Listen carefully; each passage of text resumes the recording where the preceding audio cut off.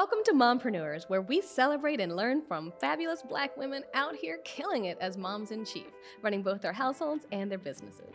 I'm your host, Nancy Red, and I come from a lovely lineage of Black mompreneurs in Southern Virginia. And I am so thrilled to present this intimate interview series that highlights inspiring and educational stories about how women are creating incredible opportunities and generational wealth for their families. But money isn't all this series about. This series is about balancing motherhood, mental health, and happiness, which is important too. From book empires to bonnet-wearing dolls to building franchises, these powerhouses are redefining what it means to be a working mama, while inspiring a new generation of mothers to do it for themselves. Kimberly Hylton is a mega mompreneur in a bunch of ways. She's not only a hairstylist to the stars, but she also owns how many hair salons do you own? Two. Not just here in Atlanta, but one in Brooklyn, yes. Right? Your first Our one. flagship, yes. And she's doing all of this while owning a thriving Airbnb business and making sure her husband and kids are happy, which is a whole other job in itself. Yes, it is. Thank you so much for being here. Thank you for having me, Nancy. It's a pleasure. Do you think of yourself as a mompreneur? Yeah, I think that's something that I have included in my identity. You can't get away from it because you're constantly thinking about all of these things. I call it spinning plates. So I am never not thinking about my businesses or my kids or my husband or my cat or my dog or my house. So it's something that definitely has attached itself to me, and I just, ride that wave.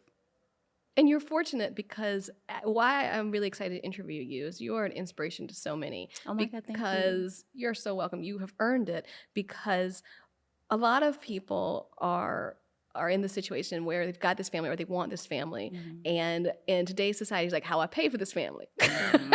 Yes. How this family gonna get fed? Yes, that is something that I wouldn't say as a younger mom. I was 24 when I had my oldest daughter, Brooke. That was definitely something that my husband and I worried about. It's like, well, how are we going to feed it?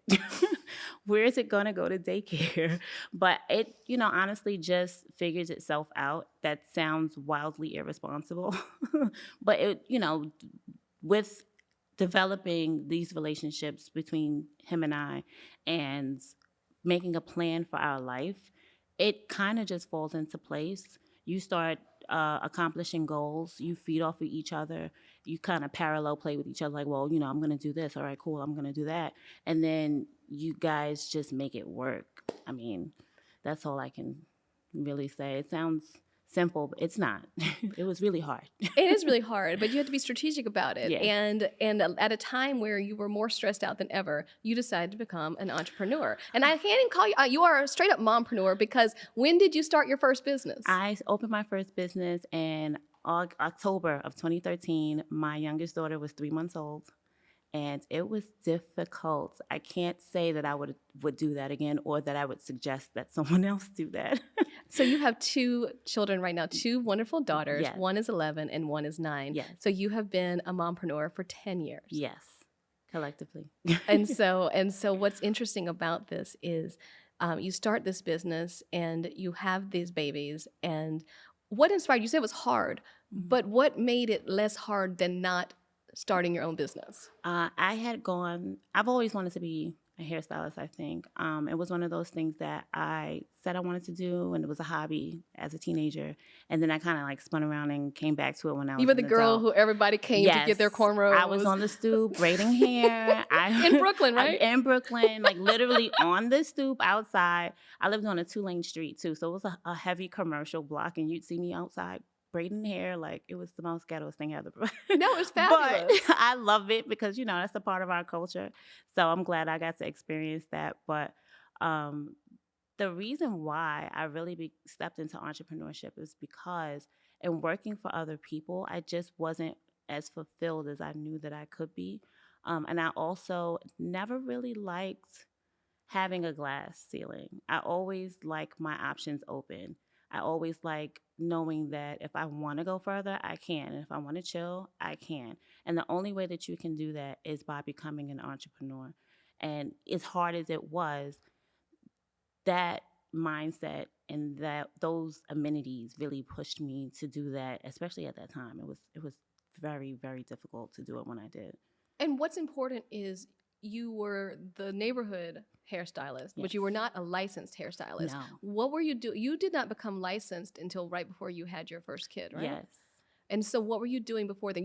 Because here's the thing, this is the thing. I think a lot of people think, well, it's too late for me. I've already gone down this path. What were you doing before you had your first child? What were you doing professionally before you became a licensed cosmetologist? I don't even think my profession occurred to me. I was just working jobs. So I would work at this restaurant or that restaurant. I worked at Bergdorf Goodman for 2 years. So I always wanted to have a higher end job, but it was never something that I would turn into a career. My uncle, Dallas, his name is Dallas Logan. He's a really dope photographer in LA. He started to train himself to be a photographer, and he needed someone because he was training himself. The budget wasn't there. He's doing this himself. He's like, hey, do you want to come do hair for my shoot? And I'm like, okay. And so as he started to progress and as he started getting better, he started booking models from agencies. And so now I'm doing Wilhelmina models. I'm doing Ford models, and I'm just there because I curl nice. No real skill that I had. I was just his niece, and I knew how to curl some hair. And when he started to book major gigs, I couldn't go with him because I didn't have a license. And so that's what really made me say, okay, is this something that you want to do? And I really had to sit with myself and say, despite all of the things that my family wanted me to do, the directions that they wanted me to take, is this something that you love enough that you would pursue? And the answer was yes. So I went to cosmetology school and went through those grueling, I think it took me 10 months, got my license, and just started to try to find my place in the hair industry in New York City. When we talk about entrepreneurship, one of the things that's really important to me is the reason we're doing this show. Mm-hmm. If you can't see it, you can't be it. Had it not been for your uncle, would you be here right today with your 2 salons and your 2 Airbnbs and your hairline? He definitely was a catalyst. But I will tell you, when I was a teenager, and it's so funny that you bring that up because I truly believe that I lived that. And my mom and my husband will tell you, they always say, oh, everything always works out for you. If I can envision something, I know that it's going to happen, whether I wanted to or not. Somehow the universe just be like, all right, Kim, well, you're going to be a doctor. It's like, wait. But when I was a teenager, I envisioned myself as one of those hairstylists with a salon on Fifth Avenue, super glamorous. And I just came in with my suitcase and I'm like, oh, hey, everybody. And they're like, hi, Kim. And I'm like, all right, guys, I'll see you later. And I leave. And earlier this year, I walked into my salon with a suitcase and said hi to everybody and kind of just was like, all right, y'all, I'm going to see y'all later, and went and jumped on a plane. So things will really come to fruition for you if you can imagine it. You just have to believe that it's going to happen, and you have to work like you're about to die. Girlfriend, people don't realize, and we're going to talk about this because the theme of this show is hard work, right? We are just out here in these streets working so hard, but it feels good. I tell my daughter personally that it's not work, it's FERC, it's fun work. Because there's work. And this is not the exact definition of that. Because when you're working for yourself, you're winning. This is great. And so you are a manifester. And my mom always said to me growing up, luck equals opportunity plus preparation. And so you had these opportunities, but you also prepared, right? And so you manifested it, but you did the work. When you seized the opportunity, did you ever think for a moment, maybe I shouldn't get this cosmetology degree? Maybe I should just, was it daunting for you at first to do all this? Did you wait a little bit before you finally just pulled the plug and paid the money and went to the grueling cosmetology school? I definitely waited. My mom really wanted me to go to college. I was the first, maybe second generation. I think my uncle went to college. My mom went to college too, but they didn't finish. I didn't finish either. But that was something that she wanted me to do. She was like, listen, I know you want to do hair, and I know that, I see you moving towards that way. Please go to school and get your degree. And I was like, okay. And she's like, if you go, I'll pay for cosmetology school, right? Now, I go to college. I have an amazing time. I don't finish. I'm doing everything else but college. But coming home, I didn't remember that she had made that deal with me. And so when I decided that I wanted to go to cosmetology school, because that came back full circle, my mom was the one that was like, well, I told you that if you went to college, I would pay for your cosmetology, for you to go to through cosmetology school. And I said, did you? She said, yeah. So, go sign up. And I was like, what? Like, so everything just kind of came full circle. It was so crazy. I remember I was sitting on my husband's bed when we were dating. I had spent the night at his house, and a commercial came on for Empire Beauty School, and I'm just like sitting at the edge of the bed, and it's so one of those moments with the guy. You know how the guy comes, "Hey, you're watching TV right now, but you could be doing." It was like I could be doing this. Every time I see that commercial, I die laughing because that's literally how it happened. I saw that commercial, and I was like, you know what? I'm gonna go to cosmetology school. He's like, all right, and I called. I went on the tour the next day, and everything just kind of like happened. It's the same way. It had the same feel of when I opened my first salon. Like that was a whirlwind. It just one day we said salon, and a few weeks later I'm sitting in my salon.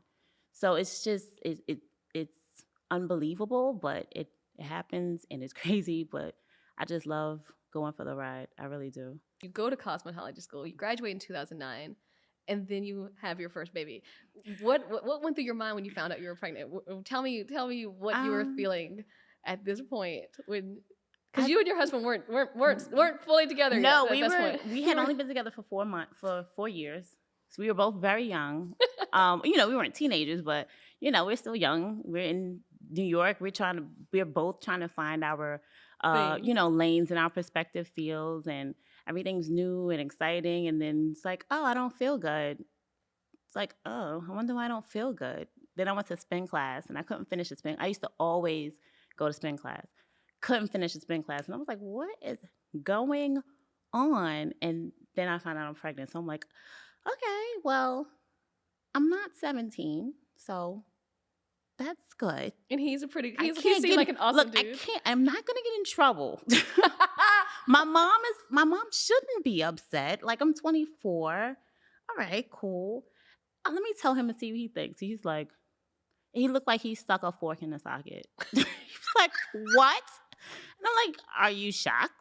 How are you shocked? We were both there. So then I tell my mom. My mom jumps up. She starts screaming and yelling. I thought she was going to kill me. Like, she looked happy, but she was just like hysterically happy. And I was like, okay, is this good? Is this bad? She's like, no, oh my God, I'm going to have a grandbaby. So I was like, okay, well, got mom. And then so, he starts to come into it. I didn't fault him for not being ecstatic because, like I said, we were both young. It was not planned at all. And we both have lives that we envisioned. And I didn't not envision myself having children before 25, but I'm sure that he probably wanted to plan something, but he should have just planned better. What was the life that you envisioned? Because and this is very key because you have a great life due to your efforts with entrepreneurship, yes. Right? Mm-hmm. So what was the life that you had envisioned prior to this? I think it was all fantastical. When I was 19, I thought that I was a failure because I could see the trajectory of my life at that moment, and I knew I wasn't going to have a mansion, a Rolls Royce, and 3 kids and a husband by 25, and I was just so depressed. So it was like at that point, because that's what I wanted. And that's when you were just Bergdorfing. That's when I was going to have a mansion or a condo. But you weren't making any boss moves. I wasn't making any moves to get anything towards that.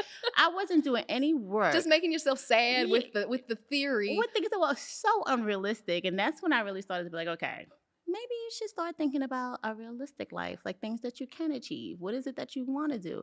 Maybe you should write some things down. Because I was like, when I tell you I was really depressed, I was really depressed. I'm like, I don't have a Rolls Royce. I don't have any money to get a Rolls Royce. I don't have a savings account. It was all of these things that my common sense was like, that's not happening in 6 years, sis. You're still in college. And then why would you want it to? Because you don't realize how young you are when you're young until you get older. You're like, damn, why did I waste all of that time fretting about things that didn't matter at that age when I should have just been having fun. So I definitely learned a big lesson in writing things down and charting out my life and seeing how I want to go. I still do it now. I do it less frequently, but I still have to do it. It's not something that ever that should ever stop for anyone, because unless you are content with where you are. But if you know that you want to move forward, that you want to level up, you definitely should sit down and write those things out and start knocking out those goals and living a life that is conducive to achieving those goals.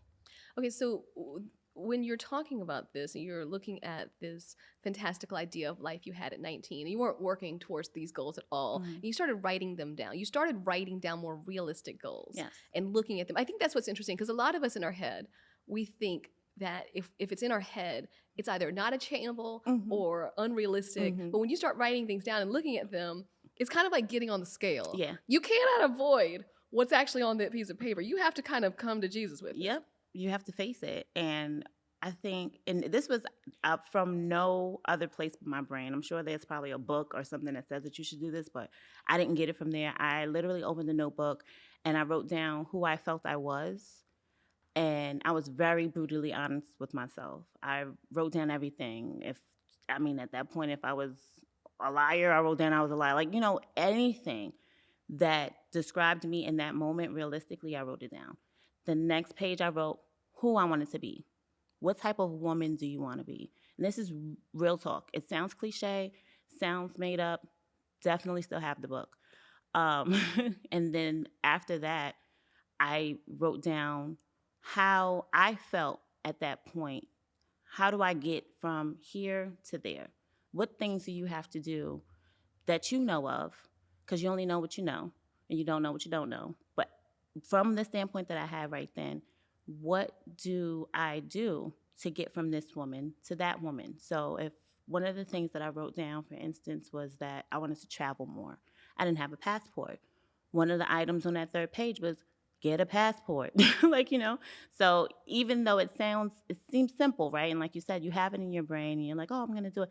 No, once you write it down, it now, especially for someone who's like me, I'm a writer. I don't write for a living, obviously, but if I needed to write something, it would be great because I love to write. But I need to write things down in order to remember them. Some people can hear things and they'll remember them. Some people read things and they remember them. So I'm really big on learning, on retaining information, on finding ways to retain information the way that you're most comfortable, because that only helps you. So I know that if I write something down, it's easy for me, and not typing in on a laptop, not writing in my iPhone. I'm like pen to paper. I will remember it.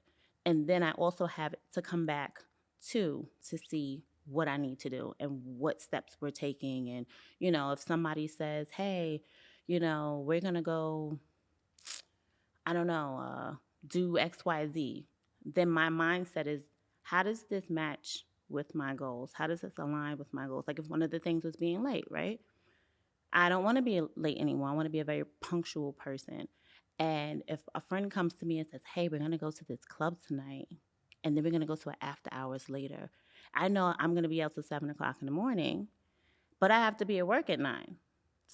Sounds like I can't go because it doesn't align with my goals. It puts me outside of my goals, actually. So when you write those things down, now you start to live a life that will put you in the trajectory to accumulate and gain the life that you want. And it doesn't mean that we're always perfect, because since you were 30 minutes late to this. Yes, I was. Listen, now I show myself way more grace. I show up to a lot of things, more things on time than I used to. Getting back to the entrepreneurship specifically, when you're looking at the fact that, okay, here you are, you and your then boyfriend, now awesome hubby. Yes. Surprise baby. Surprise baby. New cosmetology license. When did you write down that you wanted to own your own salon and not just work? Because what people don't realize, it's expensive renting out these booths. Tell me what it was like before you, but as a cosmetologist, no matter how talented you are, y'all got fees you have to pay. Oh, it's like they come and they oh, you a hairstylist? Well, it's like now it's to the point where other hairstylists are selling you stuff. It's crazy. But I never rented a booth before I opened my salon. I was always a commission worker or an assistant. I hadn't worked in salons for a long time. You just skipped the whole line. I skipped the whole experience because, baby, one thing I find about salon owners, and one thing that I strive not to be as a salon owner, is someone who carries their ego with them.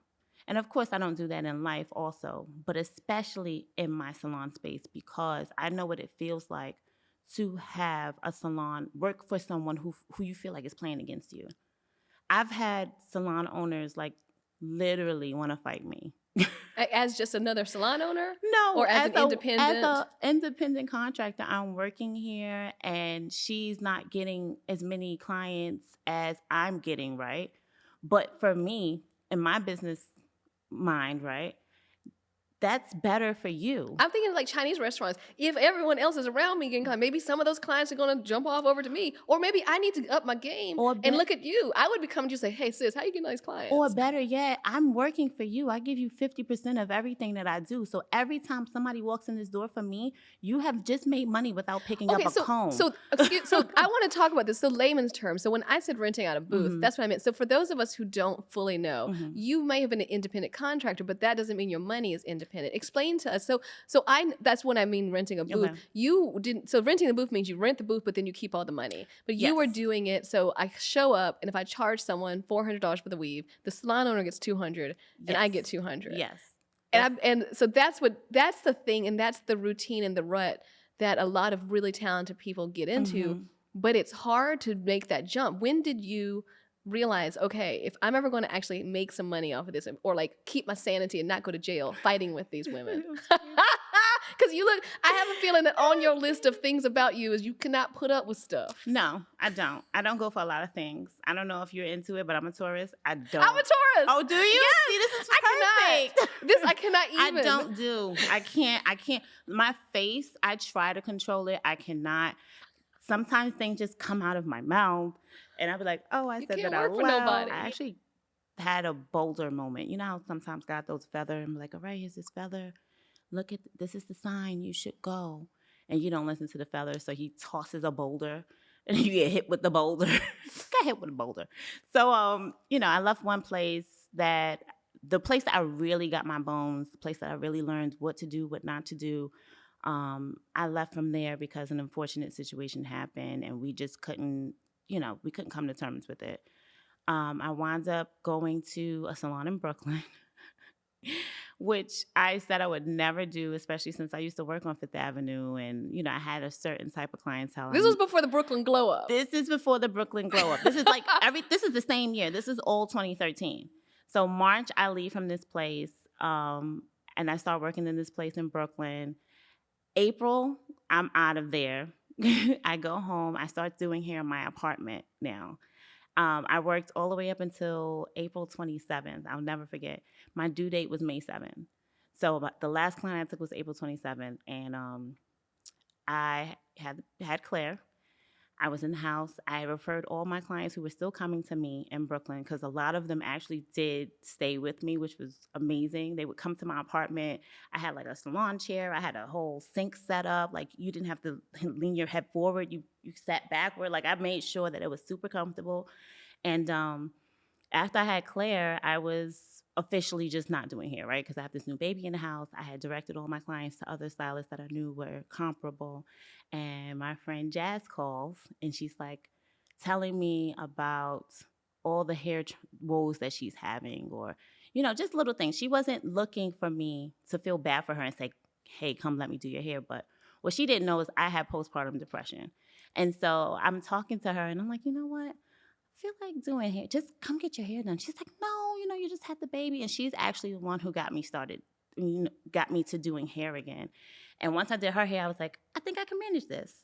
This is fun. And I get to talk to grown-ups. And I'm not watching your gabba gabba all day or looking at this baby who does nothing but sleep and vomit. But so that's good that you had this moment of like, okay, I can do this again. Yeah. But then the word got out. And sis got booked. And now I have people waiting in my living room to get their hair done.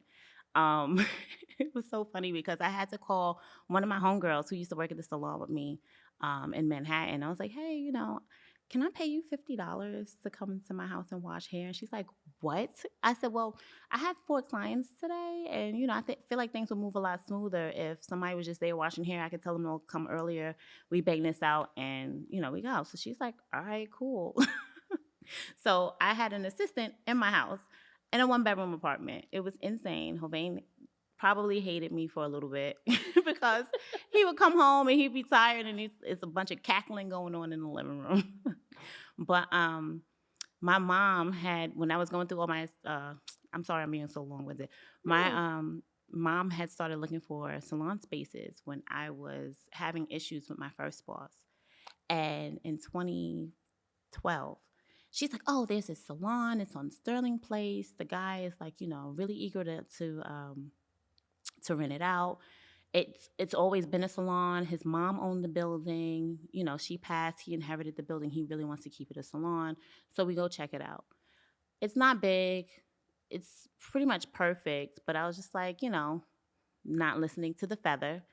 And I was just like, I don't think I'm ready for this yet. I don't think people are going to follow me.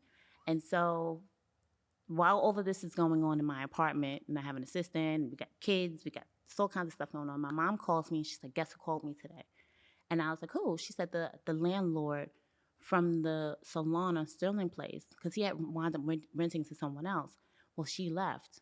So he called my mom and said, I'm about to put the salon back on Craigslist, but I wanted to call you first to see if anything had changed and if you guys wanted to come take a look at it and see if it will work for you. So I'm like, all right, let's go see what's going on. We look at the space. I'm like, well, obviously there needs to be a gut renovation done in here. My mom was like, I got $3,000 for you. And I was like, what? She's like, I got $3,000 for you. And so the rent was $1,000, which was insane. Insane, good or bad? Because we live in. That was great. Okay, because at this point, time is crazy. Yes. So $1,000 a month. $1,000 and just a for month. perspective for people, how much would perspective, you were probably giving away $1,000 a day almost to the people you would like the independent when you were an independent contractor. Because if you had 4 clients and you were making and let's say each client was bringing in like $300, and then that's 12, if I did $600 a day just to them. Whereas Mm-hmm. this rent was $1,000 a month, but still it took the boulder. And that's what's so important. We need to talk about this. Listen to the feathers sometimes.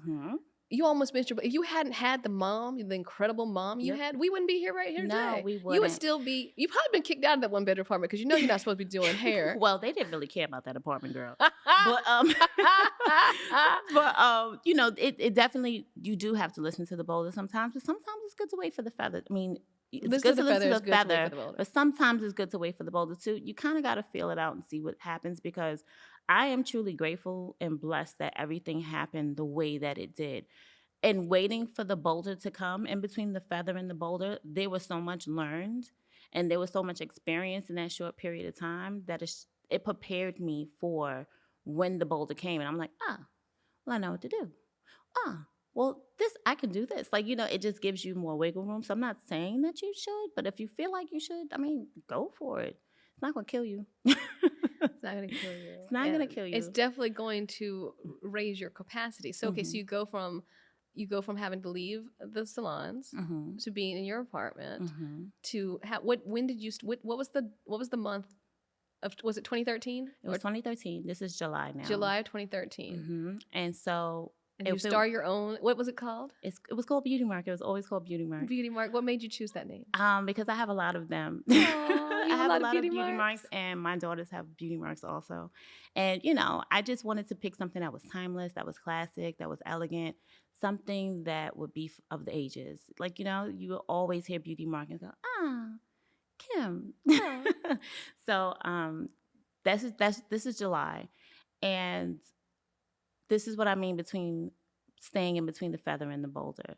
If I hadn't worked in my apartment and seen how much money I was bringing in on my own without having to split it with someone, as you pointed out, when he told me $1,000 of rent, I would have been, right. Oh, that makes total sense. Because because remember, out of context, we don't know. Because I was like, is that good or is that bad? Because you're like, girl, that's good because I can pull in $1,000 a day. Yes.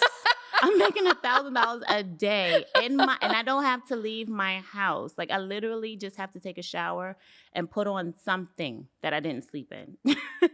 Do hair. I'm here for my children. I'm here for my husband. Well, at the time, my boyfriend. I can make dinner. I can do all of these things. I just, map it around my schedule. Then I started traveling a little bit more because now we had the extra funds. Everything was just moving so smoothly.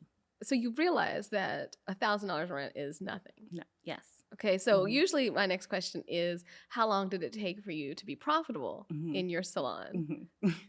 Well, it took a while because I did not know everything that I was supposed to know opening a salon. Oh, okay. So this is interesting. So in your apartment, you're making $1,000 a day, and that's just straight profit. But then we get this salon, and this $1,000 a month rent isn't exactly what it seems to be. And now I'm crying in the corner with the lights off because now I have to pay electricity.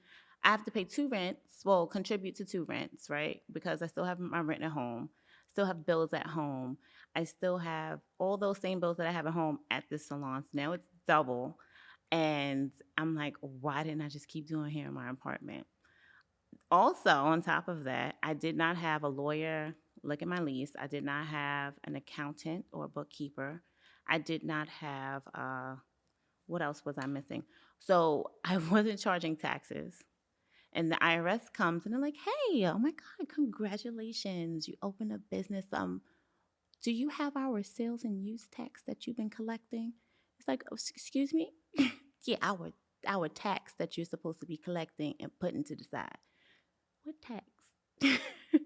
So then I had to pay this huge tax bill. How much tax did you have to pay? I think it was like $1,300. Oh my goodness. But in 2013, because I don't know what I'm doing, I'm literally just flying by the seat of my pants with this.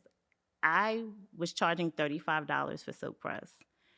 The internet is going to explode when they hear this because I literally am one of the people who give the best silk press in Brooklyn. So at some point, yes, you could get a silk press from me for $35. And I did that because I was like, well, at the salon, we charge $75, and I was only making half of that. So I'll keep this price right here, and that'll encourage people to come in.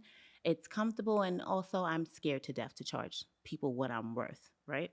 So charging $35 a silk press, not collecting the taxes on it, still have all these electricity, water, supplies. Wi-Fi, supplies, all those things. And then here comes New York State, like, hey, girl, what's up? So and also insurance. Insurance. People don't tell you about this insurance. So I knew about insurance, and I didn't have it because I was just like, it'll be all right. my sis not going to mess with me. It's going to be okay. I'll just make sure I cut everything off before I leave, and I'm not going to burn nobody. It's going to be liability. What? Right. I don't even do relaxer. Like, we're going to be all right. Chemical burns here. All right, girl. Don't watch that step.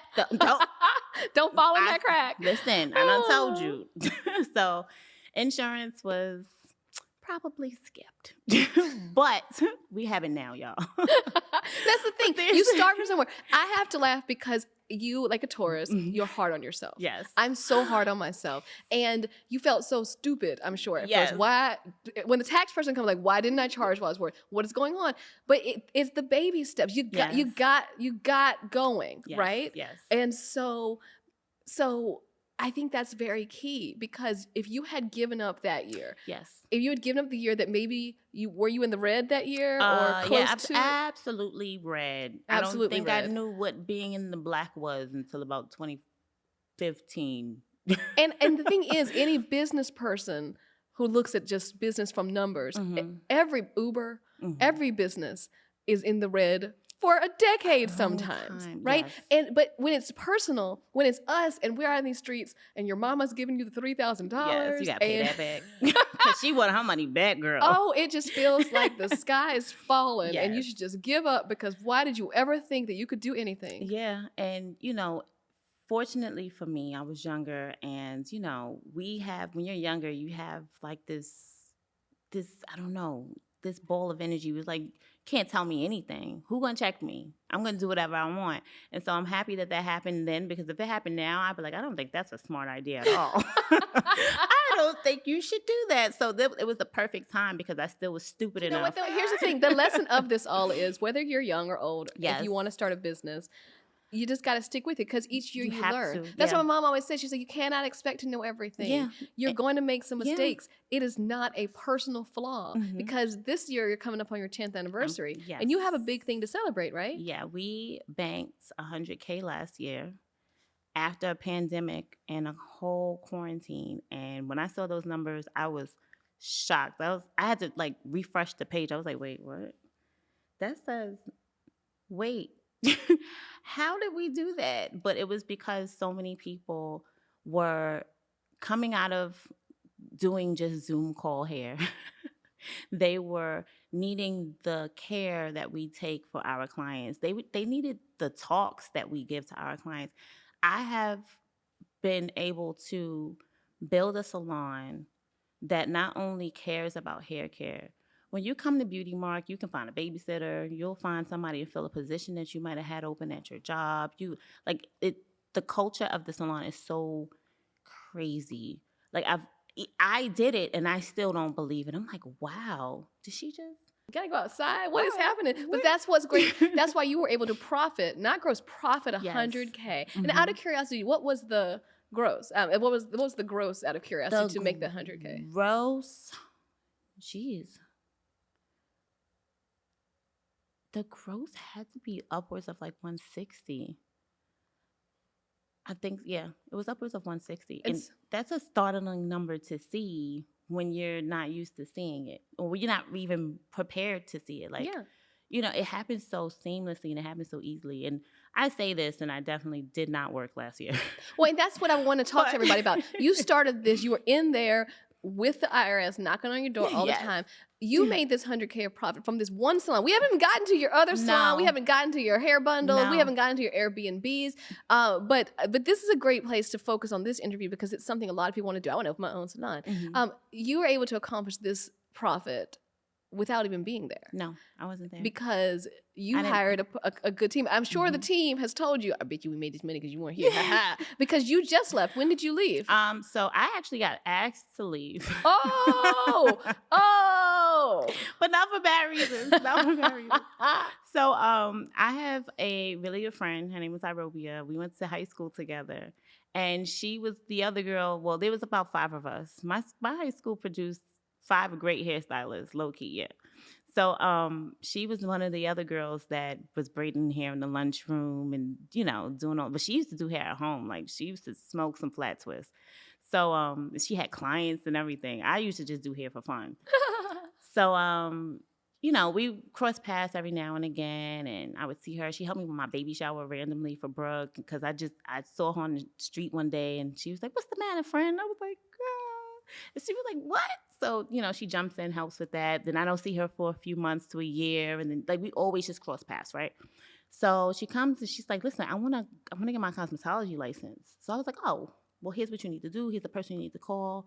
You know, let them know I sent you, blah, blah, blah." She goes, she does it. Normally, I don't tell people that because I'm like, "Oh, I want my cosmetology license." And you give them all the information and you see them the next time, like, "Oh, did you go do it?" And they're like, "No." So it's like, I'm not wasting my breath. But she went, she finished quicker than I did. So now I'm like, "Hey, you know, I'm going to open a salon." It's like, you know, I have the salon. She's like, "Oh, all right." She went to Dry Bar. Now, when people didn't want to come to get their hair done at the salon or they didn't want to come work at the salon, and this is not how I always was. I learned to be like this. I used to get offended. I used to be like, "What? Why? Oh, my God." And then eventually it's just like, okay, cool. Because people are going to do what they're going to do. There's 1,000 salons. There's 1,000 opportunities. There's 1,000 places and 1,000 reasons why you go to these places. Sometimes they don't want to mess up the relationship. And because as too, a boss woman, you know, like that's complicated. But as a tourist, I'm putting that on me. I'm not putting that on you. I'm thinking about, because, you know, that is taking true. it personal. Yes, I'm taking it very personal. Why would you think I would be the type of person that they might know something about themselves. Like, she might know that she's not going to show up to work on time ever. That might be a problem for me. Like, you know what I mean? So long story long, eventually, I think year 6, she comes and she's like, "I'm ready." So I was like, okay, well, let's take it slow, see how it goes. So she slowly incorporates herself into the salon. And I guess she saw all that I did and all that I was doing because I've been in this salon by myself for the better of 7 years. I had assistants that have come and gone. Never really had other stylists that worked there, but when I did, I wasn't mature enough to be an employer, so it didn't work out. Whether it was because they did something and I just responded to it badly, or I was just not being the most professional person that I could be at 31, 32 years old. So when she came along and she saw all the tasks that I had to do, she saw all the hats that I was wearing, she saw all the plates that I was spinning, it got to a point where she was like, why don't you go home and I'll take your clients today? And I was like, okay. And that turned into, yeah, don't come back. I was like, what? She's like, you need a break. You've been doing this for 6.5 to 7 years by yourself. I think it's time for you to go sit down and enjoy being a salon owner. And I was like, that's weird, but okay. So we tried it out with the clients. The clients didn't have any major issues with the transition. You know, there's always going to be a few. But for the most part, everybody liked her. They enjoyed her. They didn't mind her styling their hair. And so I just was at home. So that was November 2019. And then we rolled into COVID. And so I've been at home for the last 2 years almost. And now I'm just jumping back into kind of do hair again because I miss it. And as much as I thought that I was going to just like, oh, I'm just going to be a housewife and I'm going to decorate and bake cookies and make brownies. And now I'm like, get me out of here. I want to put on real people clothes. Without the entrepreneurship, you would not have that option. No, I would not. You would not have a friend working in your business saying, you know what, you need a break. Nope. No one tells that to the lovely person who we owe a debt to, who does the service work to keep us going. And I think that it's extraordinarily unfair. Yeah. But it's something we need to talk about and provide options and inspiration for people who might, like you, not be comfortable, not feel like the glass ceiling is something that pertains. Because it's one thing to say, you know, I feel this way. It's another thing to know, well, how do you do it? Because not everybody, it's funny. It's so funny that your mom is very much like my mom because you can't get places by yourself. No. You either are fortunate to have supportive families. You are fortunate to have not just mentors, but sponsors because they're different, like your uncle. Yep. Like your mama could be supportive, but she couldn't get you a hookup. Right. Like she could look up some salons for you, right, but she wasn't going to get you any street cred. Right. You know, like and you being a Wilhelmina model and a video hairstylist is one of the reasons people want to come to you. Yeah. And you also learned a lot of fun tricks. I did. And you also learned a juve about you. So we've got the issue of who are you surrounded by and how can you be held. But then another thing is just the education. So that's what we're trying to provide here. So would you suggest your entrepreneurship path to other mothers? Because all of this happened when you had very small children. You went through it. It was not glamorous. No. And while it's much more glamorous than it is now, you have a beautiful personal home, not the ones you're Airbnb in. Yes. But you invested the capital that you're making. And you have income constantly coming in. My mom always says the best kind of business is the kind of business where there's constant influxes of like steady income, and you know the patterns and the waves. You know, holidays, you better be prepared to have some cash flow. But February, it gets very quiet. What just when? January, February, after the holidays, January, February is like, you might want to have some money stashed. But see, then April. But then April comes. That tax return. Well, that starts at about March. March. I'm mad I know this. But see, you learned the patterns. If you filed in January, because you got to think, everybody has to have their papers by January 31st. If you file before then, you know, 20 days. But then, But yeah, so Beyonce taught me that. Beyonce is in our pockets every tax season without fail. She got a book, she got a CD, she got a T-shirt, she got an album, she got something that she wants us to buy every tax season. Oh. And that's how I picked up on that. And I was like, this girl is always how do I always have money for these concerts? It's I just got my taxes. Fascinating. So yeah. so with all of this knowledge that you've accrued, would you suggest owning a hair salon, or in your case, salons, which then extend to other businesses? Would you suggest this to a mother as a good career option? I would suggest it to a mother who had a village, a strong village. Because it's no mistake that you born and raised in Brooklyn. Yes. Salon, successful in Brooklyn. Mm-hmm. But mother in Brooklyn, cousins in Brooklyn, aunties in Brooklyn. My whole family is in Brooklyn, but my 2-month-old was still in that bassinet in that salon every day. So you have to either, and the reason why I say I would suggest a mother to open her own salons, because if you have young children and your children are well behaved and you can get them to come sit down, nobody can tell you that you can't do that, right? It's a way to market it. It's a way to, handle that situation. But if the need occurs, then you use it. I personally don't like to have my kids in the salon with me just because they're children, right? So they want things and they want to talk to you. I like to pour all my attention into my client. I don't even talk on the phone when I'm with my clients. I don't eat. If I need to excuse myself for a few minutes, it's never going to be long. That's why you're making profit. And you also don't charge for parting. I don't charge for detangling. Listen, you want to have another? This is another a whole other episode. Conversation. This is a whole other conversation about what salon owners they're trying to charge by the. My mouth is on the floor. Like nobody washes hair anymore. That's one of the best services that we offer. It's also an important service because if you don't wash the hair, you cannot trust me to wash my own hair. I'm not getting my hair nearly as clean. It's not going to be a good silk press. No. And then I'm going to be blaming you because my hair was nasty. Not in a bad way. Of course, I can wash my own hair. But the way you do it and it gets it all nice and... Anywho, I digress. Yes, that's a whole other conversation. Let's talk about what your entrepreneurship has done for your family. I'm not presuming anything about your childhood, but I am going to suggest that perhaps your children are going to have a mindset about business that you did not have until much later in the game, I am going to presume. It's dangerous. It's dangerous. The oldest one is always trying to sell something. And the younger one is always trying to pay somebody to do something for her with money that she got from somebody else but didn't work for. It's ridiculous. But you can see the resourcefulness that comes out of them watching. I'll say what they remember of me working because they think I don't have a job. It's hilarious. They're like, oh, mommy just lays in bed all day. I'm like, actually, I'm answering client emails, but it looks like I'm not doing anything. So for a while, they just probably felt like I didn't have a job. Juxtapose that with your childhood. Right. My grandmother was always at work. She was always in school. My mom was always at work, always at school. So, I got to see the work ethic or what seemed like strong work ethic, right? Because I wasn't sitting there with them. There were times I did sit with my grandmother at her job, but she had the old night shift and they used to sleep. It was hilarious.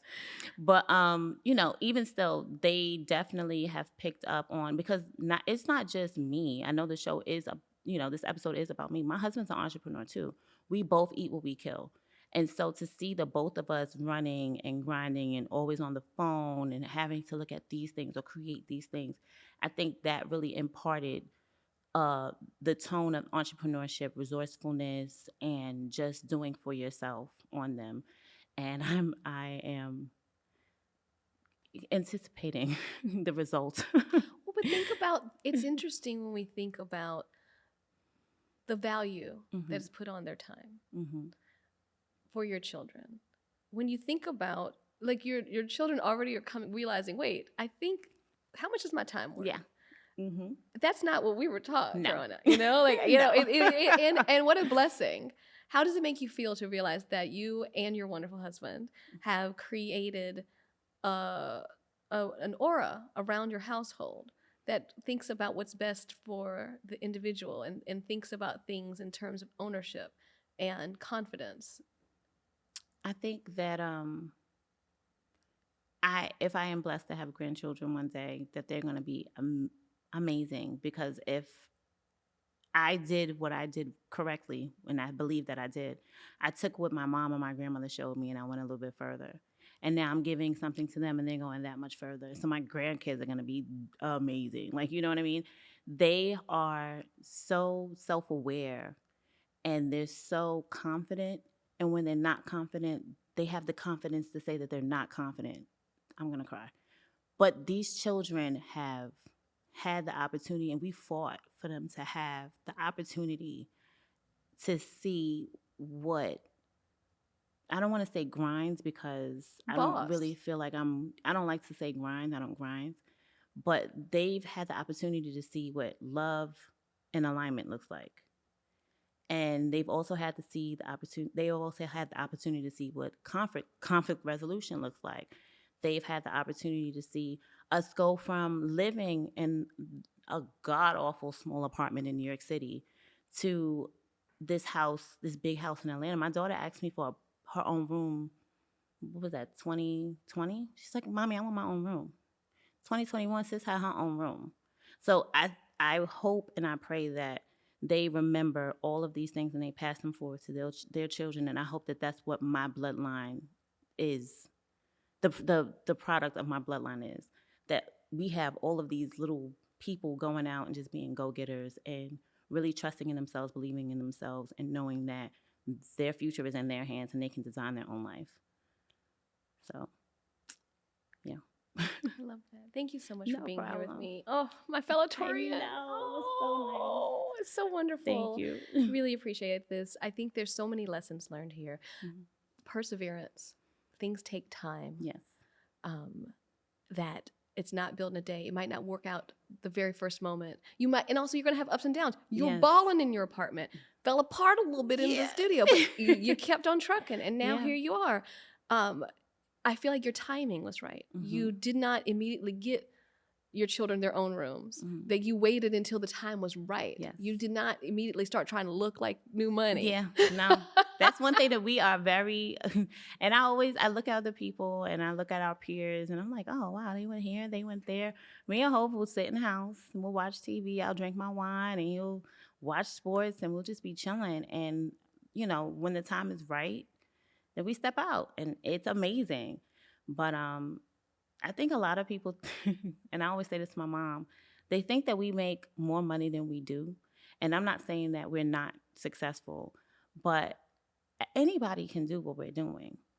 We communicate very well. Like I said, we, had aligning goals. We had aligning values. And I mean, where I might spend too much money, he saves just as much. So it works out.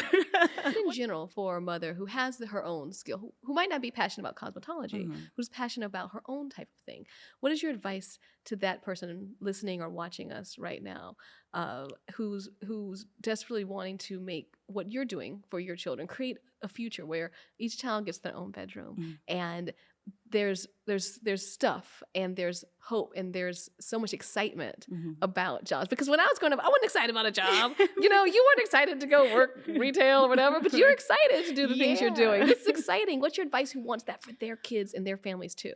So one thing I've learned was you have to know yourself. And I believe you said that earlier.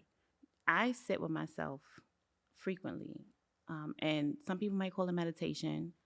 I don't call it meditation because when you're explaining it to somebody, it sounds kind of difficult. It's like, oh, sit with your legs crossed and turn off your brain. And it's like, who does that? So for me, it can be sitting on my back deck at night listening to the crickets. It can be me laying in the bed with my eyes closed, even though I'm supposed to be getting up for the day. But what I do is I don't try to quiet my mind. I try to look at my thoughts as if I'm not having them. And I try to dissect what's bothering me or what's stressing me and what I can do to fix those things. And just really honing in on any issues I'm having or any victories that I'm having. But when you do that, you come up with the most amazing plans. You come up with the most impossible, the solutions for the most impossible things. And you can also level up your business like that. Because one thing that I know for a fact, every time I've changed my salon or every time I changed any policies that we had, anytime I changed the paint on the wall, anytime I changed the chairs, because I did something to me. And I grew up in a certain way, or I changed myself in a certain way, and that those things didn't serve me anymore. And so I changed them because it made me feel more comfortable. But it was because I was progressing in myself. And so my business progressed as well. So if you want to take your business to the next level, sit with yourself, talk to yourself, meditate, whatever you want to call it, write those things down, and always work on yourself. When you work on yourself, you're working on your business too. When you work on yourself, you're working on your relationship with your children. You're working on your relationship with your mom, your dad, your husband. All of it never, you're not going to lose by doing self-work. And even if everybody around you is not doing it and you see that that doesn't match up, they fall to the wayside. So always, always, always focus on your mental well-being and just getting to know yourself that much more. I love that. My mom always says, put your oxygen mask on first. Oh my gosh, I love your mom because I say that too. Mm-hmm. I heard that on a plane one time and I was like, Yeah, because if I can't breathe, Oh, no, nobody else can if breathe. mama can't breathe, nobody's breathing. Everybody's just going down. Everybody's crashing and burning. Kim, I love you. This is fantastic. Love Thank you for too. being Thank you. It was here. so nice Oh, to be here with goodness. you. It's so nice to talk about these things. I know I'm long-winded, but You're not long-winded. I'm not These good. are important stories. Every bit of detail connects you to a human. Mhm. And people see themselves in you. We don't get to share our stories. We also, people see the successes. Yeah, People see you out in these streets like, I got my house and I got my thing. I have one more gym. Okay, I want to hear this gym. And I Shine thought about bright. this yesterday because I thought, you know, I'm sitting there. I'm like, what could she possibly be getting ready to ask me? So one thing that came to my mind was that, you know, everybody is always looking, and I see this in my nieces and my nephews. I see this in younger children. I mean, you know, younger kids that I know. They always want to just go straight to the top. It's like, no. If you think about it, like hair, right? If you give somebody highlights, they'll be cute. It's like, oh, you like your hair color? It's a highlights, nice. It's not until you put them low lights in that everything changes. That's when it's multifaceted. That's when the tonal values blend together and it just has so much more depth. Stop looking at highlights. Look at lowlights. People mess up. People screw things up. I've screwed things up so many times. Oh my gosh. But you have to keep getting up, dusting yourself off, give yourself some grace and keep going. Add the lowlights. Oh my gosh. Kim, Told did you you was say a you're a gem. writer or something? Told you. I love it. Low lights make the highlights pop. Yes. And it's the message we all need because again, the hard times get us to the good times. But Yep. this has been a highlight of my day, Yay. talking to So you. it has been the same for me. Thank you so much, Nancy. Oh, what a joy.